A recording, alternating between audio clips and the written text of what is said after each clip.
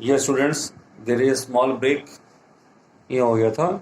तो हम ये क्वेश्चन डिस्कस कर रहे थे यहाँ पर कि 4 मेटल्स हमारे पास में ABCD हैं और ये एक चार्ट हमको दे रखा है जिसमें मेटल्स ABCD इन कंपाउंड्स के साथ में रिएक्ट कर रहे हैं। आयरन सल्फेट है, कॉपर सल्फेट है, जिंक सल्फेट है और सिल्वर के साथ में। यहाँ पर ये रिएक्शंस हमको गिवन है इनकी और ये इसके ऑब्जर्वेशंस गिवन है। तो जैसे ए के साथ में कोई रिएक्शन नहीं, फिर डिस्प्लेसमेंट, ये रिएक्शन यहाँ करवाए नहीं गए। तो इस चार्ट के बेसिस पे 2 क्वेश्चन पूछे गए थे कि which is the most reactive element कौन सा है, और इनको रिएक्टिविटी के डिक्रीजिंग ऑर्डर में हमको अरेंज करना था। तो मैंने आपको बताया कि ये जो भी हमारे पास में मेटल के सॉल्ट्स हैं या मेटल हैं, इसको हम लोग पहले अरेंज कर लें डिक्रीजिंग ऑर्डर में। Fe टॉप पर है, then zinc, then copper, then silver. अब यहाँ से हम बॉटम से हम टॉप की तरफ को जाएंगे क्योंकि नीचे डी कोई भी रिएक्शन नहीं दे रहा है किसी के साथ में, यानी किसी को डिस्प्लेस ये मेटल कर ही नहीं पा रहा है। जितने भी हमारे पास में ये 4 मेटल के जो सॉल्ट्स थे, तो इसका ना जी हमारा आ गया बॉटम पे, जी आ गया हमारा बॉटम पे। सी क्या कहते हैं, यहाँ पर हमारे पास में कोई रिएक्शन नहीं दे रहा आयरन के साथ में, तो इसका मतलब इसको आयरन के नीचे होना चाहिए। बल्कि इसने रिएक्शन दिया है कॉपर के साथ, इसने रिएक्शन दिया है यहाँ पर सिल्वर के साथ में, सिल्वर को ही हटा सकता है, तो ये सी चला गया सिल्वर के ऊपर हमारे पास में। फिर बी की जो रिएक्शन है, इसने डिस्प्लेसमेंट यहाँ पे किया है, आयरन को डिस्प्लेस कर दिया, इसके साथ में रिएक्शन दे रहा है बी सिंह ये अकेला। यहाँ पे इसकी रिएक्शन हमने करवाई नहीं है, यहाँ पर भी कोई रिएक्शन नहीं हो रही है। तो हमने यहाँ पर जो है, क्योंकि बी ने इसको डिस्प्लेस कर दिया है, इसके साथ में रिएक्शन हो गई है, तो इसको हमने यहाँ पर पुट अप कर दिया इसके ऊपर। ये डिस्प्लेसमेंट रिएक्शन हमको यहाँ पर गिवन थी। इसके बाद में हम ए को देखते हैं अगर, तो यहाँ पर कोई रिएक्शन नहीं है इसके साथ में।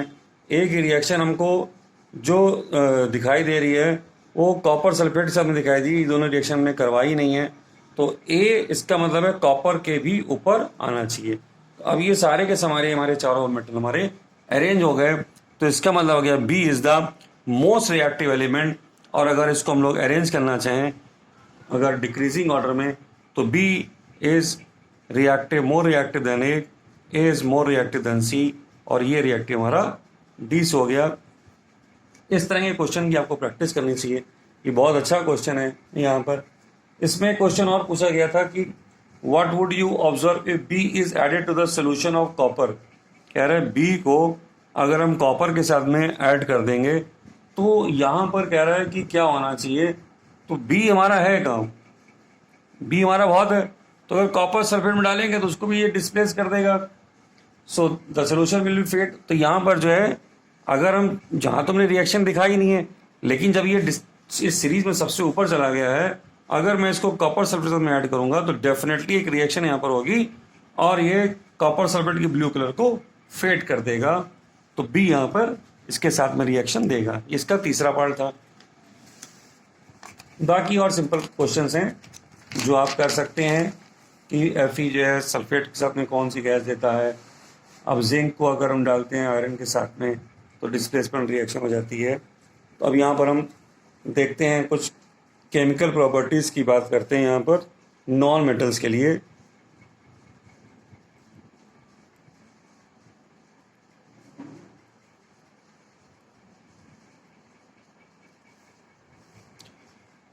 नॉन मेटल्स में हमने आपको बताया था कि नॉन मेटल्स क्या हैं, इलेक्ट्रोनेगेटिव इन नेचर हैं। They are electronegative in nature. कैसे थे इलेक्ट्रोनेगेटिव, ये इलेक्ट्रॉन को एक्सेप्ट करके Cl नेगेटिव बनाते हैं और इस तरह से इलेक्ट्रोनेगेटिव बन जाते हैं। अब हम पहली रिएक्शन इसकी देखते हैं। रिएक्शन इसमें सिंपल्स हैं, बहुत ज़्यादा मुश्किल नहीं है। रिएक्शन विद हम देखना चाहते हैं ऑक्सीजन के साथ में। सल्फर सिंपली रिएक्शन करता है ऑक्सीजन के साथ में, SO2 गैस बना देता है। यहाँ पे कार्बन भी ऑक्सीजन के साथ में रिएक्शन करता है, CO2 गैस बना देता है। कार्बन की रिएक्शन में देखिए, अगर हम बात करें, अगर ऑक्सीजन कम है, if oxygen supply is limited, मतलब अगर हम ऑक्सीजन कम दे रहे हैं तो ये कार्बन ऑक्सीजन से मिलकर पहले कार्बन मोनोऑक्साइड गैस बनाता है, उसके बाद में फिर ये जो अगर ऑक्सीजन ज़्यादा है तब ये CO2 गैस बनाता है। यहाँ पर ये खास बात है कार्बन के लिए। अब ये जो ऑक्साइड्स हैं नॉन मेटल के, इनका नेचर क्या है? Nature of oxides of non metal. हमने मेटल केस में देखा था वो बेसिक इन नेचर थे, तो ये जो हमारे हैं they are acidic in nature. इनका नेचर है एसिडिक। यहाँ पर अब जैसे आप CO2 की रिएक्शन अगर CO2 को ऐड करते हैं आप वाटर में, लिक्विड में, ये गैस है, यू गेट द H2CO3। ये हमको यहाँ पर कार्बोनिक एसिड मिल जाएगा, we get the carbonic acid. इसी तरह से अगर SO3 को ऐड करते हैं तो हमको सल्फ्यूरिक एसिड मिल सकता है। तो यहाँ देखिए हमें मिल क्या रहा है, हमें एसिड्स मिल रहे हैं, तो इसका मतलब है कि जो इनका नेचर है वो एसिडिक इन नेचर है। अब हम देखना चाहते हैं वाटर के साथ में क्या होता है।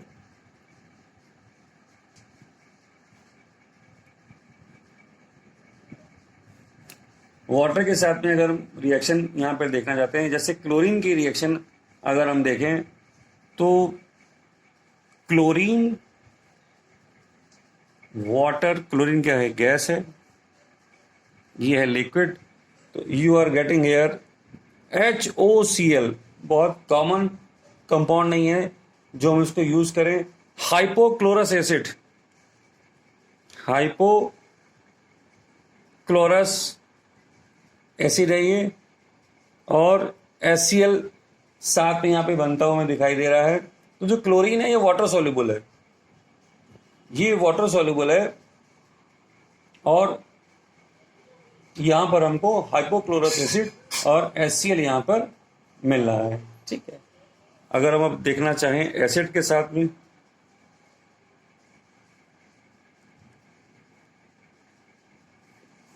एसिड साथ में अगर देखेंगे तो यहाँ पर रिएक्शन हमको बहुत ज़्यादा नहीं मिलते हैं।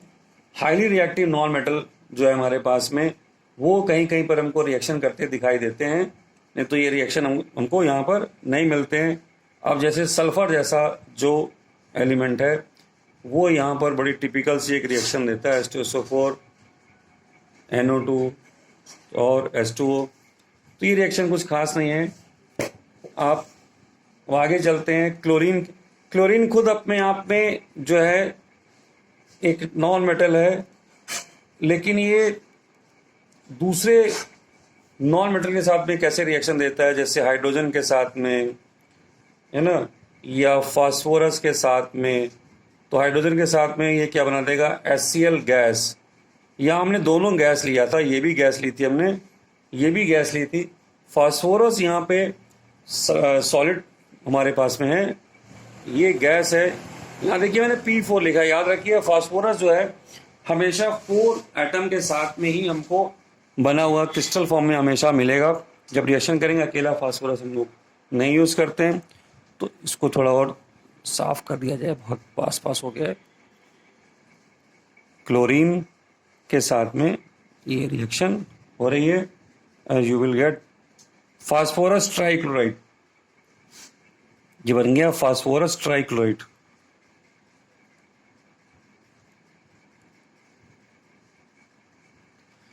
तो ये हो गया रिएक्शन हमारे। इसी तरह से हाइड्रोजन के साथ भी रिएक्शन हम लोग दिखा सकते हैं कंपाउंड्स की। अगर हम देखें रिएक्शन विद हाइड्रोजन, तो बहुत पॉपुलर रिएक्शन हमारे पास में, इसको हैबर प्रोसेस बोलते हैं। इसमें अमोनिया की फॉर्मेशन हो रही है। यहाँ पर अमोनिया गैस की, ये सारी गैसेस थी। तो ये केमिकल प्रॉपर्टी तो ज़्यादा नहीं है, ऑल ओवर। ठीक है, अब इसके बाद में हम लोग बात करेंगे कि मेटल नॉन मेटल कैसे कंबाइन करते हैं। ओके।